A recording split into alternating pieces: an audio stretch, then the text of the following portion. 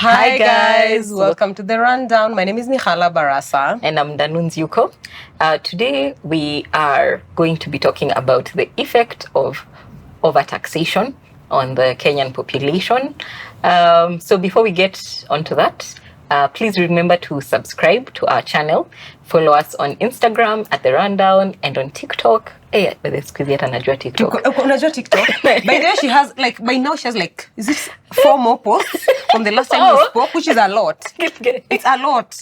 Like all of them are words, but a win is a win. Wake up ile nini. A win is a win. A win is a win, yo. Yo meme. The violence. Yeah. So follow us on our social media platforms at The Rundown KE. So today, as I had mentioned, we are going to be talking about the effect or the perceived effect of taxation on overtaxation on the Kenyan population. Okay. Yes. So I think maybe just to give a little bit of background. So the government has proposed quite a bit of changes on the tax regime. Mm-hmm. Yeah.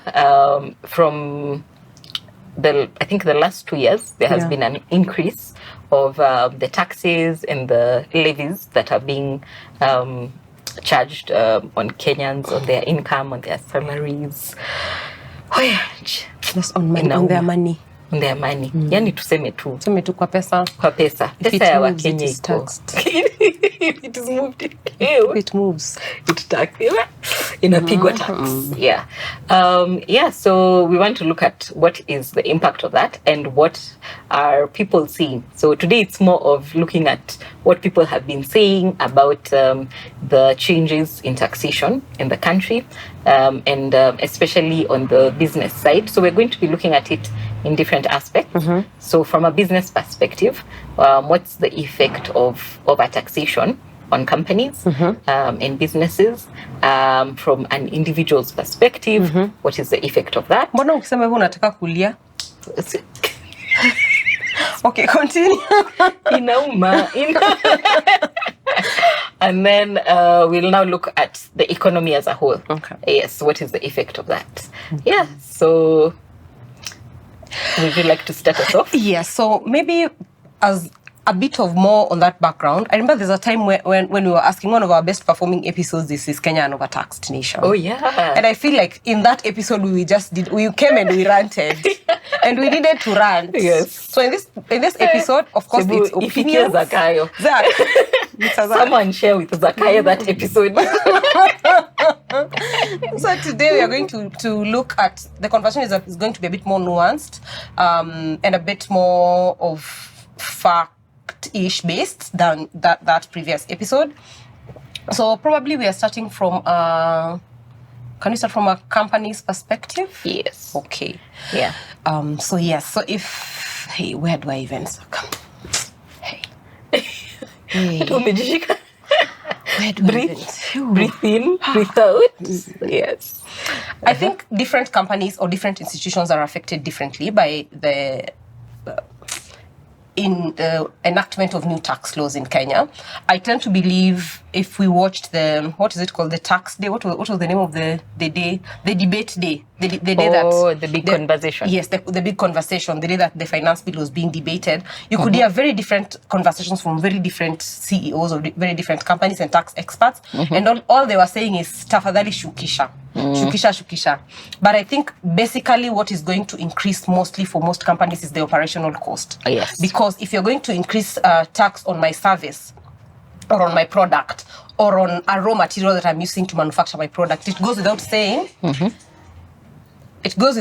that tax is going to be loaded on the client during, on the consumer. Yes. So of course I'd want for the amount that I use in production to be recovered. Yeah. If say the raw materials for making, say, maybe alcohol or beer or whatever, if the tax is increased on it, because I know there's an increase on ethanol as well. That ethanol cost, do you think the manufacturer is going to absorb that cost? Probably not. They're not going to absorb it. So because of an increased operational cost, then that now gives another effect on now increasing the prices of probably goods in the market. I guess those are 2 points. Yes, those are 2 points, I guess. Yeah. So for me, one of the key issues that I saw is it will have an impact on foreign direct investment. So, for example, looking at the finance bill, there were a bit of changes that were proposed on especially digital service providers that are non-Kenyan. So any platform that is owned by foreigners, then there are certain taxes that were going to be placed on those businesses. So that would now make Kenya less favorable for foreign investors. Yes, because someone looking to set up their business in Kenya will think, that's quite a heavily tax place, so they will shy away from investing in Kenya and probably move to our neighboring countries. Yeah, so and I think you've been seeing quite a lot going to Rwanda. Exactly. Yeah. And Uganda and Tanzania. And I think there was even a conversation by one of, I can't remember the CEO exactly, but he actually had that conversation just before the big conversation. He was saying other East African countries that are not on the same level economically as Kenya are looking like more viable options for investment than Kenya, because our taxes just keep increasing and Zaka is not. Yeah. And in terms from a risk perspective, because I am a risk specialist. Also, the uncertainty. Every year we have the finance bill, and every year investors are not sure about what's going to be brought in the finance bill. So that uncertainty is also part of what is making foreign investors shy away from investing in Kenya. Yeah, so that's, I think, one of the biggest challenges that's going to come with the changes in the tax regime. Okay. I think also especially for SMEs, because we know like their money inflow is not as much as bigger companies, I think it also reduces their investment capacity. So if, say for example, I knew I could, out of the profits I make, I can put money here, money there, money here, money there, I could put my profits in different baskets. I now, like you said with risk, I now want to hold the money that I have. And even that money that I'm trying to hold, most of it is going to taxes anyway. So if maybe like I knew in my organization, if I combine all the money that I'm paying to taxes, it's 30% this year, maybe next year it's going to be 60-70%. So I'll tend to withhold from investing in, sometimes it's even like basic things. I'll say, let's not invest in such a robust marketing campaign like we always have. Let's not invest in such big staff training needs as we've always done. Maybe if I was into infrastructure bonds, I'll say, okay, now we are not going to do infrastructure bonds anymore. That looks like dangerous business. So my investment capacity kind of diminishes just because I know I have to let go of some money at some point, so I have to have enough money to let go. And number two, I'm just like, I'm not sure how the terrain is. And I cannot risk a lot of my money going out. Yeah. And when we have the reduction in operational costs. So, as you had mentioned, your first point was the operational costs for a business are likely to go up. And tying it to now your second point, when the operational costs go up, what the CEO is going to think is, where can I cut? Exactly. Which budget line can I reduce? And most times it's normally marketing. Marketing are normally the first one to be told, na huyo influencer unalipanga 1 million. Kata hiyo. Yeah, so that's normally, I think, one of the biggest challenges when it comes to cost reduction, which now, of course, normally has a ripple effect on the business, because if the business is not investing in terms of growth, spend money to make money. So if businesses are not spending, then they also are not growing. They're not making more money. Exactly. Yeah. So I think that's quite a big issue in that space. Yeah. Something else in terms of the tax regime that is normally like a lot of times we forget when we're looking at additional deductions on employees. So there are normally some deductions that your company needs to match. So for example, if it's NSSF, NHIF, housing levy, they're supposed to match. Yes. So nowadays it's called SHIF. It's beginning next month. Yes. So when there's that matching of staff contributions, then that also increases the operational costs for the business. Yes. And then also some companies now will decide, here I needed 10 staff, but I think I can work with 7. With 1.5. Wow. 1.5 staff. We have anafanya job budget 3 days part-time. Yeah. So that also means that we'll have less employment, opportunities. Yes, less employment opportunities, because guys will be like, yeah, I think I can only do with this number of staff, because the way these contributions are increasing, I don't want to increase my staff costs. Yeah. And also, I think the other thing, when you look at it from that perspective, is like, I think there's an episode we talked about how now employment works. So a lot of people will now move away from, I do not want a formal employment. Yes. I'm going to do a consultant. I'll have a lower rate. I'll have a lesser tax headache than I'm currently having. So probably then it will reduce, or like maybe make the company engage differently with the people that they hire. I think another thing that I was thinking about, I can't remember who I was listening to recently, and they were saying that one of the things that financial institutions are struggling with, one of the greatest things with this new finance bill and the Finance Act of last year, is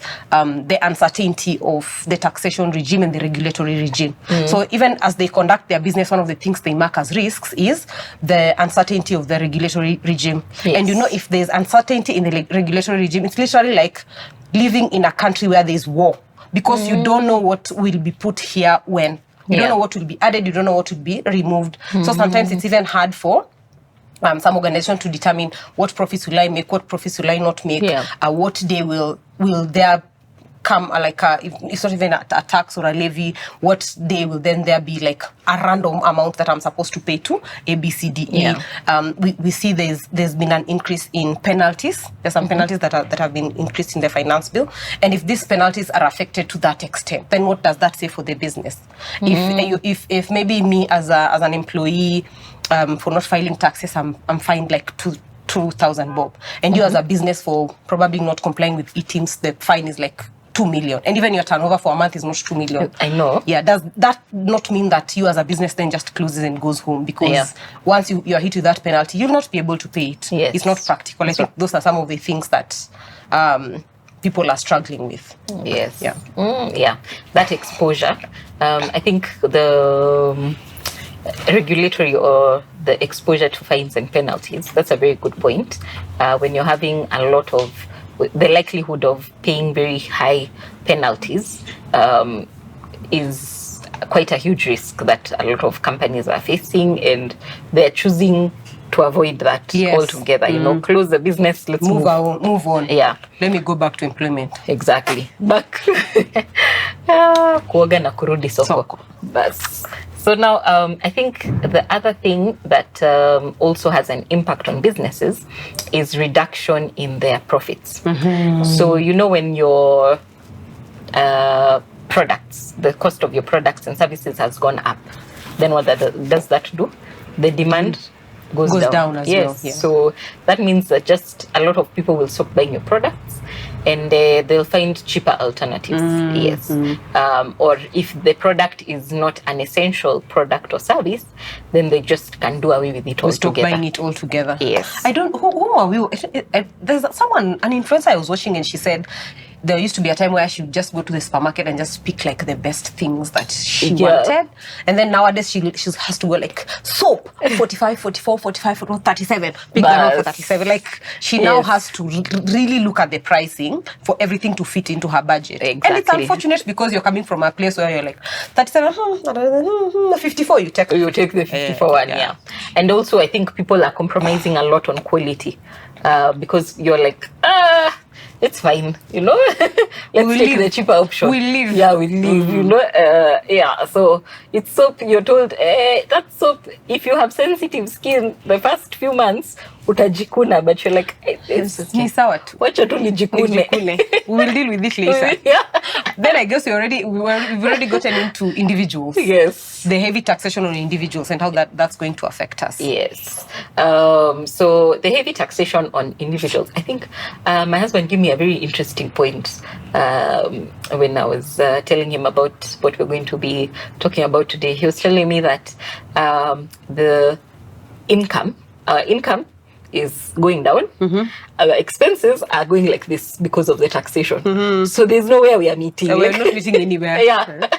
So our disposable income is reducing. So first of all, what you could afford previously, if you even look at shopping baskets nowadays, there are a lot of things that households have cut because you're like, is it essential? No, thanks. Gone. You know, you kwanza sometimes for us mothers, hey, unatumanga message ukiwa job, hakuna hii, hakuna diapers. Then you start counting how many days to end month. Can we survive without those things for the next 2 or 3 weeks? Do you remember when we used to watch Caroline talk all together? Yes. And there's this episode that she was saying that her house help gives her a list. Yeah. And then she buys everything in bulk. Yeah. And then if kitu ikiisha katikati ya mwezi, Yeah. hata kama ni blue band, hata kama ni chumvi, Mwishi. munaserereka paka mwisho wa mwezi. Paka mwisho wa mwezi. Paka 30th. Bas. Learn to put everything on the list. Hivyo ndio sasa tunaishi. Ukisahau kuniwekea kitu kwa list, it's over. Yeah, that one count it as next month. Yeah. We will miss you, but we will live. But we will live. Bora si maji ya kukunywa. We are good. Yeah, so I think that has been one of the biggest challenges for individuals, that having to change their lifestyles. There's a lot of, now on a serious note, there are a lot of people who have had to downgrade their lifestyles. Yeah. I think also tied to that, or maybe what we should have said before that, is we're getting lesser salaries now. Yes. It's because there's this housing levy that you did not fathom it would ever be part of your salary. Now you're getting less, you're paid less than you would have. And for some people, it's actually a lot of money.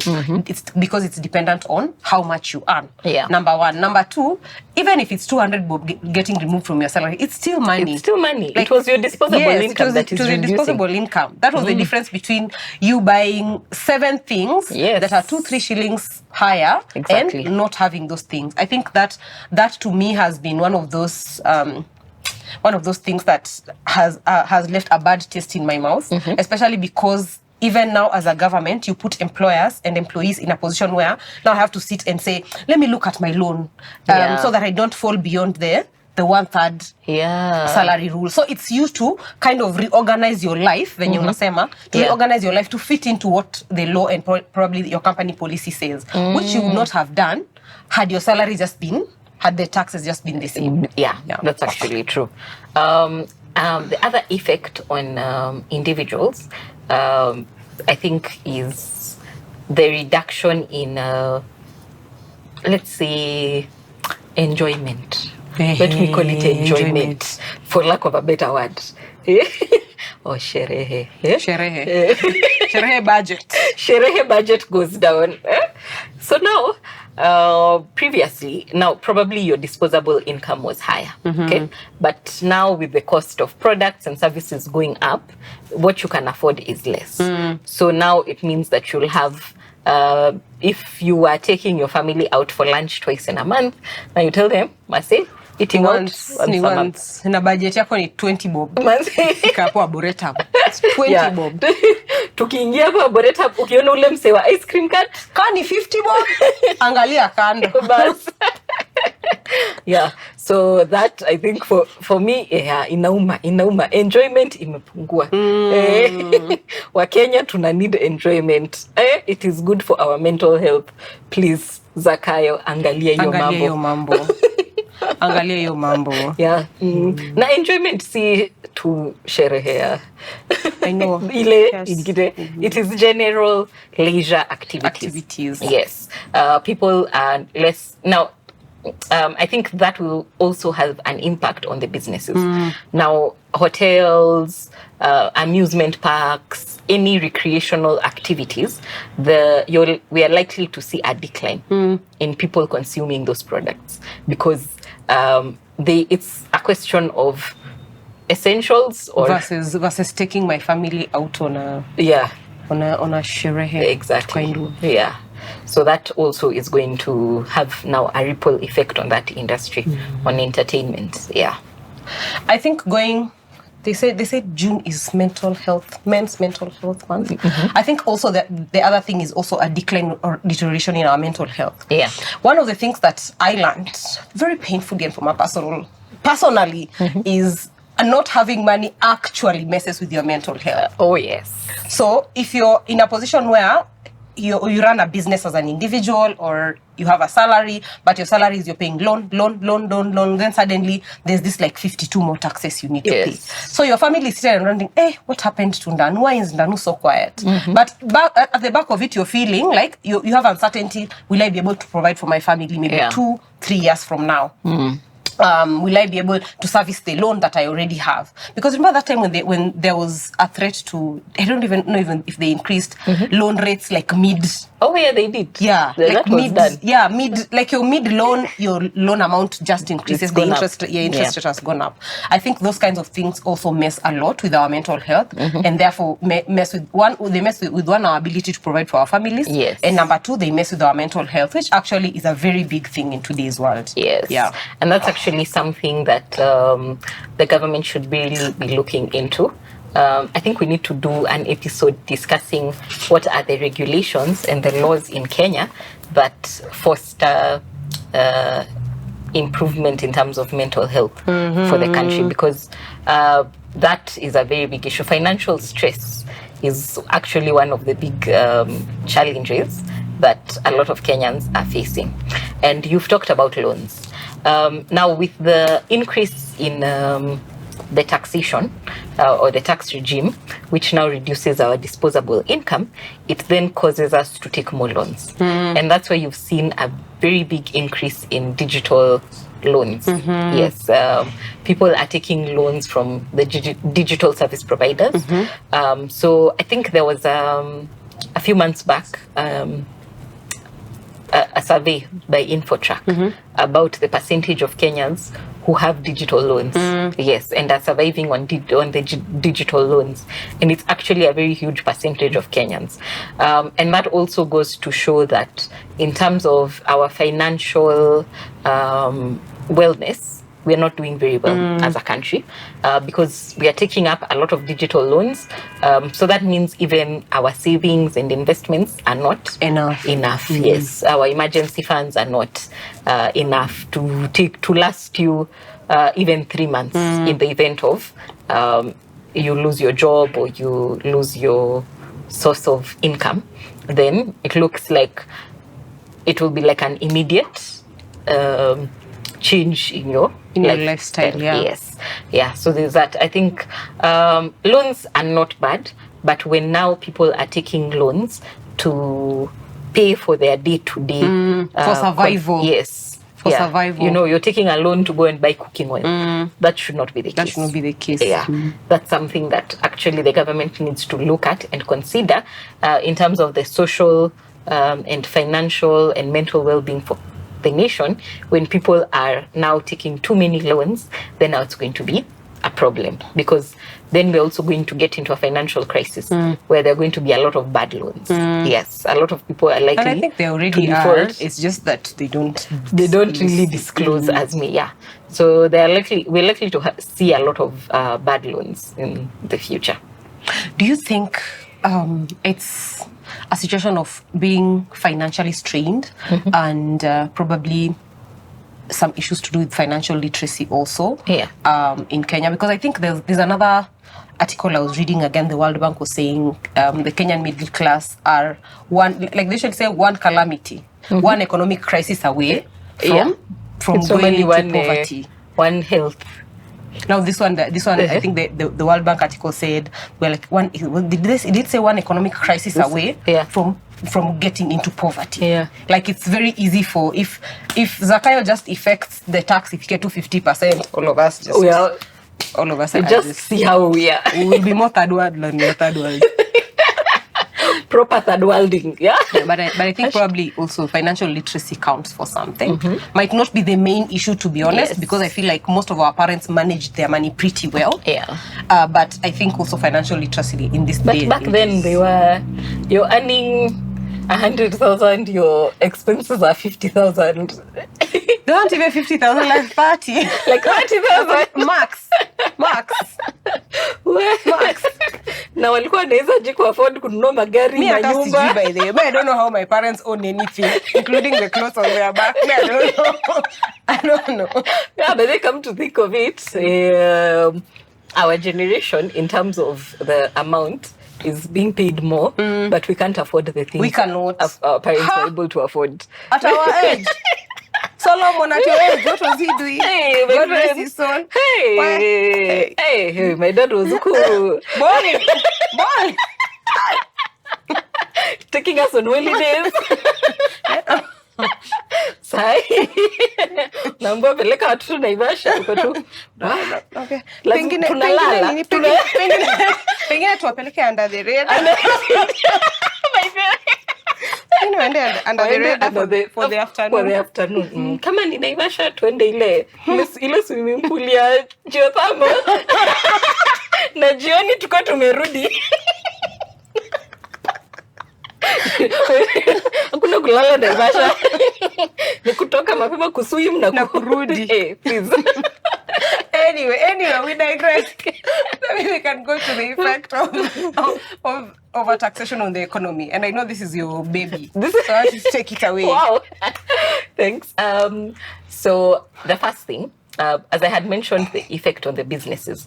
So when the prices of commodities and services goes up, the demand for those products and services goes down. So then that has an effect on the economy, because now the economy will not grow. In terms of GDP, the country's GDP is likely to contract, because when production reduces, it also reduces our GDP as a whole. And then now that also has a ripple effect in terms of employment. We're going to have lack of employment opportunities for Kenyans. Then also in terms of investment, there'll be reduced investment in the country because the country's economy is not growing as fast. Yes. So companies will invest less. Yeah, there'll be less products and services being offered in the country because they're seeing that the consumption is very low. Yes. So then that has now that overall effect on now, which reduces the impact in terms of investment. The other thing that is quite a challenge is the fact that the government is not looking to increase the tax base. Now, increasing the tax base means you increase the economic opportunities for people to be able to generate wealth, for them to be able to produce. Now, if you're taking away the little that they have, then they're not likely to keep generating more income. Yes. So what the government should actually be looking at is increasing the tax base. Yes. And not narrowing down and increasing taxes for those that they can catch quickly. And high pay people. Hey, watu wapei.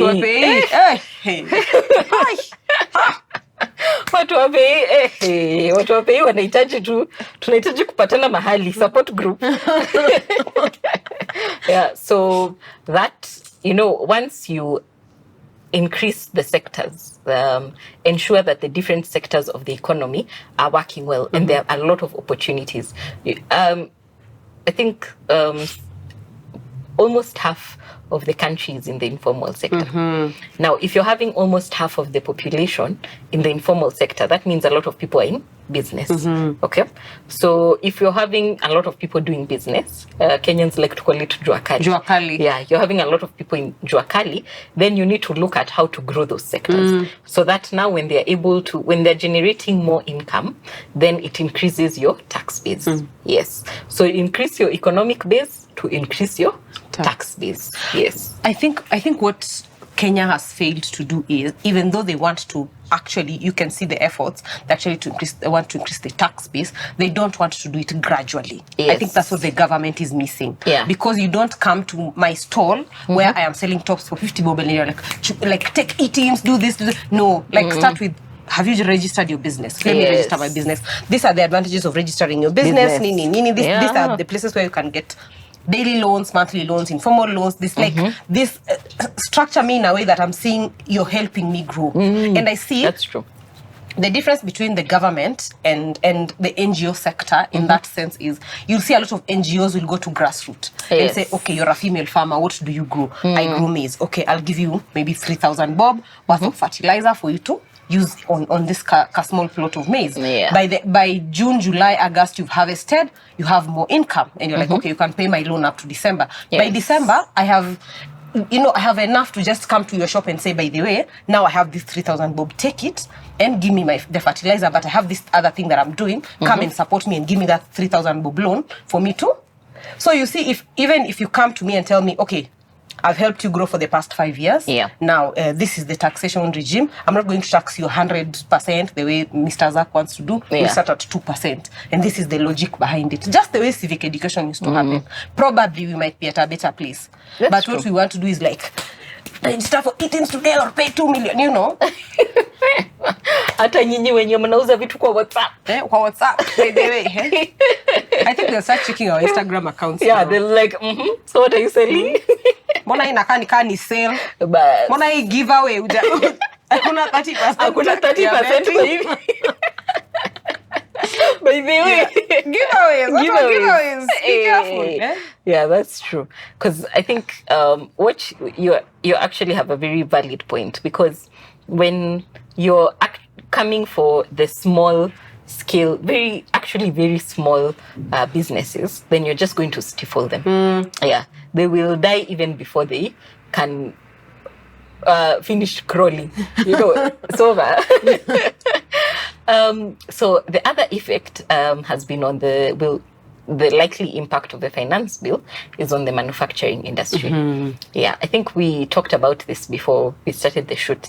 There are certain levies that are likely to come on the manufacturing industry, like the eco levy.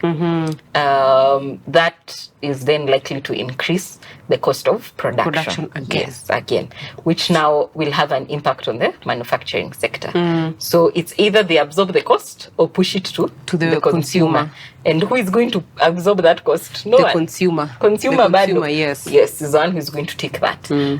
So in as much as I understand that the government is really trying to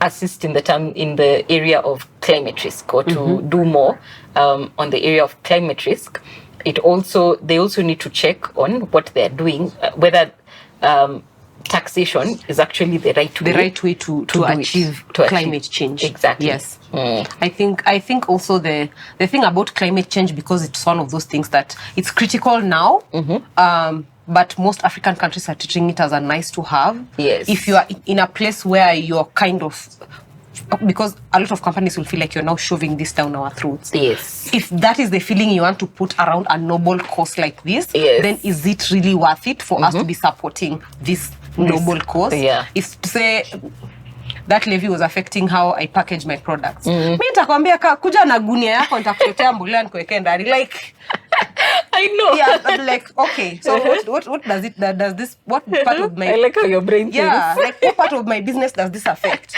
Is it the core business? No. Is it like the pertinent business? I'll be like, for every person that comes with their bag, nitawatolea 10 bob. But You come with your bag, let me put for you those things inside your bag, I'll weigh, you will watch, then you go. Yeah. True.